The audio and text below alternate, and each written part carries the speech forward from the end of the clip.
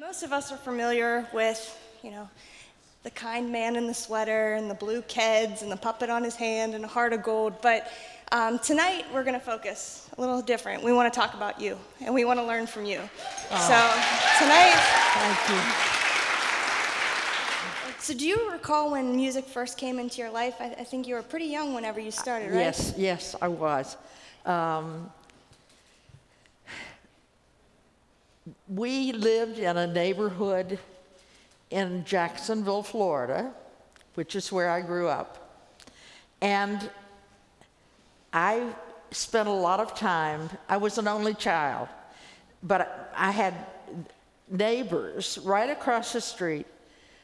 There was one child who was exactly my age, a girl, and then she had a younger sister, and she had an older sister and an older brother. And the older sister was studying piano at the time that I was 5. And they had a piano at their home, and we did not. And she came and talked to my mother and told her that she really thought that I was musical because I didn't bang on the piano. I picked out tunes. And so she said I would love her to come and see my teacher. And we did that, and I began studying. I had to learn the alphabet at that time, from A to G. That's all I needed. You've learned more from them. So yes. Right. But at that time, that's all I needed. So A to G, it was. And we went from there, and I studied with that lady. I just was so fortunate to have a person who was a fine musician and she had no children of her own, and she thought about really not taking me as a student until I was 7, but then she relented and took me on, and we didn't learn notes to begin with. We learned just that from the alphabet, using the alphabet. And I had to learn on the keyboard, middle C, and then learn up to A to G. And she loved me, and I would have done anything for her. So you practiced. Because of that. So I did very well musically, and it took you to college too, right? Yes, it took me to college. It took me to college on a scholarship to Rollins College. Did you happen to meet anybody there? Pardon? Did you happen to meet anybody while you were out there? Once in a while. Once in a while, somebody from Dartmouth Swung by. Came by, yes. Nice guy, I heard. Having left Dartmouth and looking for a place where he could learn to be a music major. He wanted to write songs. Okay, so we see that you have a background in music. It seems Yes. like a budding relationship where music is at the center. And if we could fast forward a couple years, I think I even saw a couple episodes where your piano recital was part of a Mr. Rogers Yes. neighborhood episode, and even your sons joined you together singing songs. Yes. So was music always a big part of your family and life, on or off screen? Very much so, very much so. Fred was a really, really fine musician. It was part of him. It was maybe the most important part of him was his music. It was the part he enjoyed the most, I think. You too? Yes. So the music meant a lot to both of us. We had that in common, and we talked often about how do people live without music? I thought to myself, it's become a kind of a, some people feel that it's a very elitist thing anymore, classical music. And I just want to tell you that those women who played for you tonight, they love playing. They've worked very hard all their lives on it, but they're not elitists at all. What they want most of all is that you just let it pour over you and enjoy it, and let your soul feel it.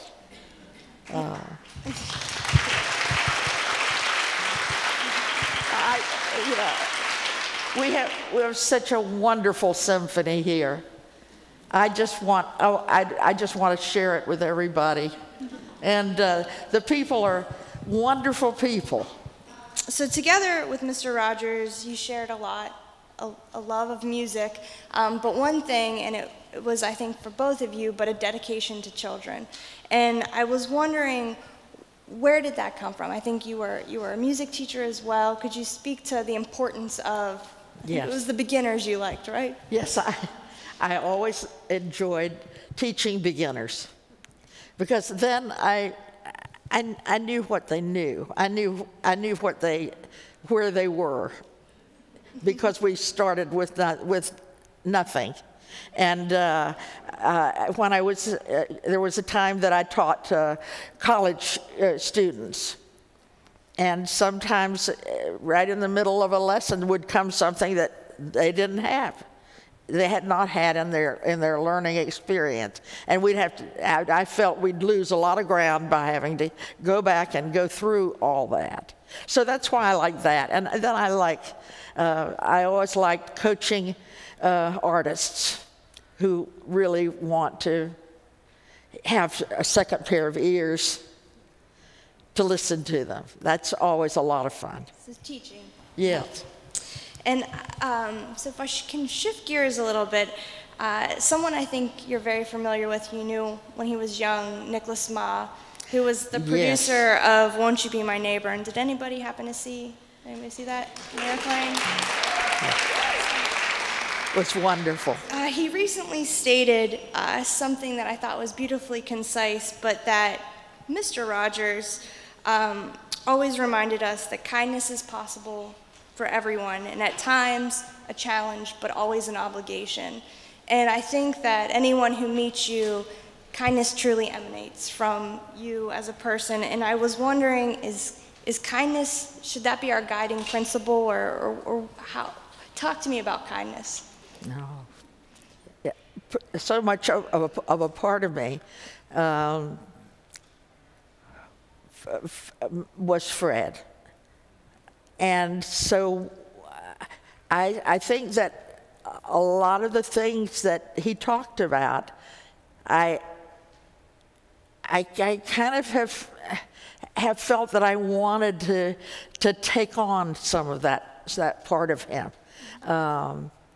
And one of the things he talked about was making goodness attractive. And I think that that's that's something that we can try to do. It's quite an assignment, I think.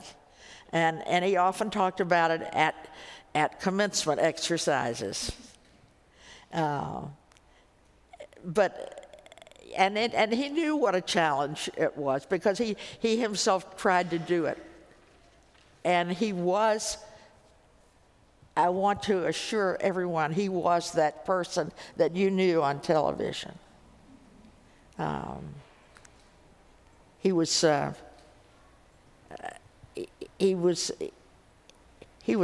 my best friend. Mr. Rogers' neighborhood didn't shy away from topics like racism and divorce and assassination. I mean, pretty heavy topics when you sit back and think for a small child. But but with such importance and such purposefully covered. And I was wondering, from your perspective, why was that so important to cover those topics at such a young age? I think that when he heard parents presenting it to him and telling him, you know, they needed help, and he was always asking people, "Do you have any ideas for programs? Give me your ideas," because you know it's hard to fill a half hour every. We have a piano recital coming up.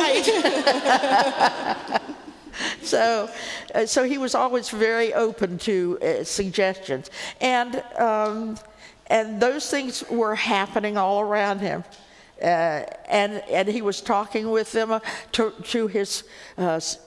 Margaret McFarland, who was his mentor, and quite an amazing person. So she realized the need for that. These are things that it always interested me too. That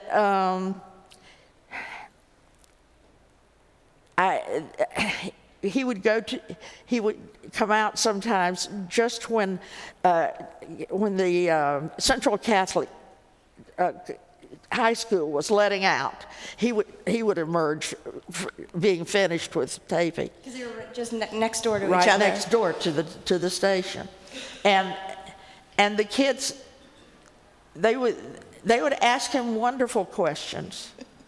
A meet and greet. And then again, he was very popular as a speaker for commencement exercises all over the country at colleges.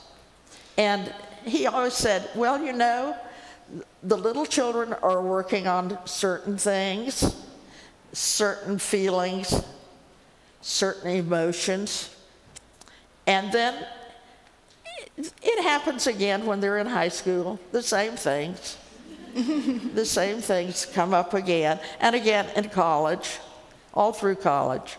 After a tragedy happens, and I think probably all of our Facebook feeds are post after post of, you know, memes of your husband with the famous quote that he said, I believe after 9/11, the look for the helpers. Yes. And then following that, though, there's been some articles and people criticizing or critiquing that and offering a different perspective, and you know, that it's not intended. You know, that quote and that perspective was intended for children, and I think you have read that article, and I was just wondering if you had any thoughts on, you know, how to interpret or how to use, is that quote relevant to me? This is, I think, someone who's very intellectual and maybe not too much in touch with his childhood. When I read it, I said very candidly, I gave my own honest opinion. I said he's a real party pooper. But because I think simple is better. I think simple can. Fred certainly did think that, and I agree with him on that. When we get into really big trouble, I think we turn into children sometimes. We feel helpless, and maybe saying, "Look for the helpers." It's simple, but that says it. And that says it for us. It says it for us all. Mm-hmm.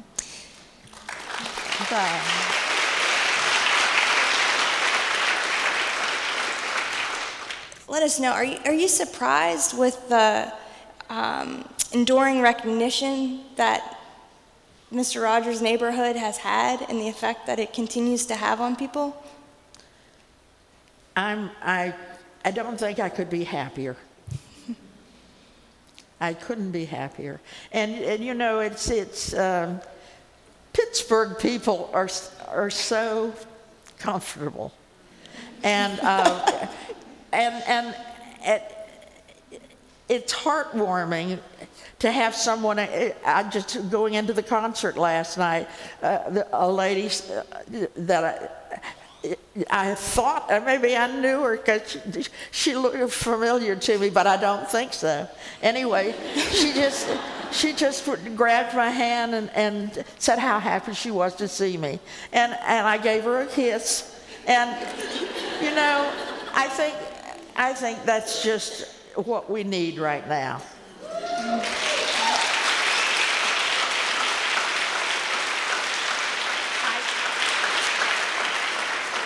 I was very grateful for that, and she seemed to be too. And it's a wonderful, warm feeling here. I love you all.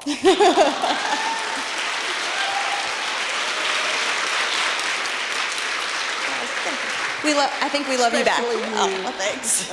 You're on the Christmas card list. She's wonderful. She's wonderful. So one question, because I know a lot of the work that you do now, you're very, very active, and you're just always doing things in the city and the community.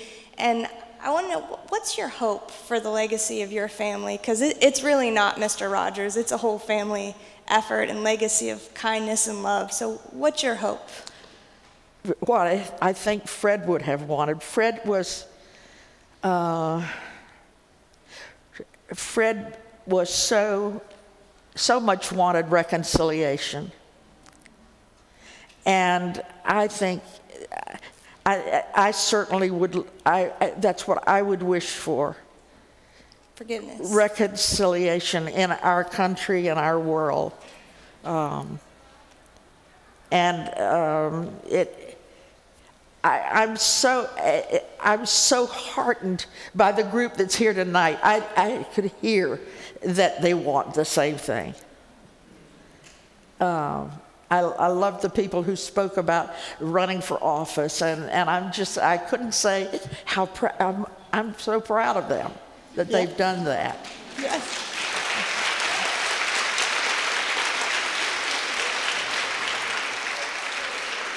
And you know, I'll share with you, Fred. I turned 90 on March 9th, and Fred.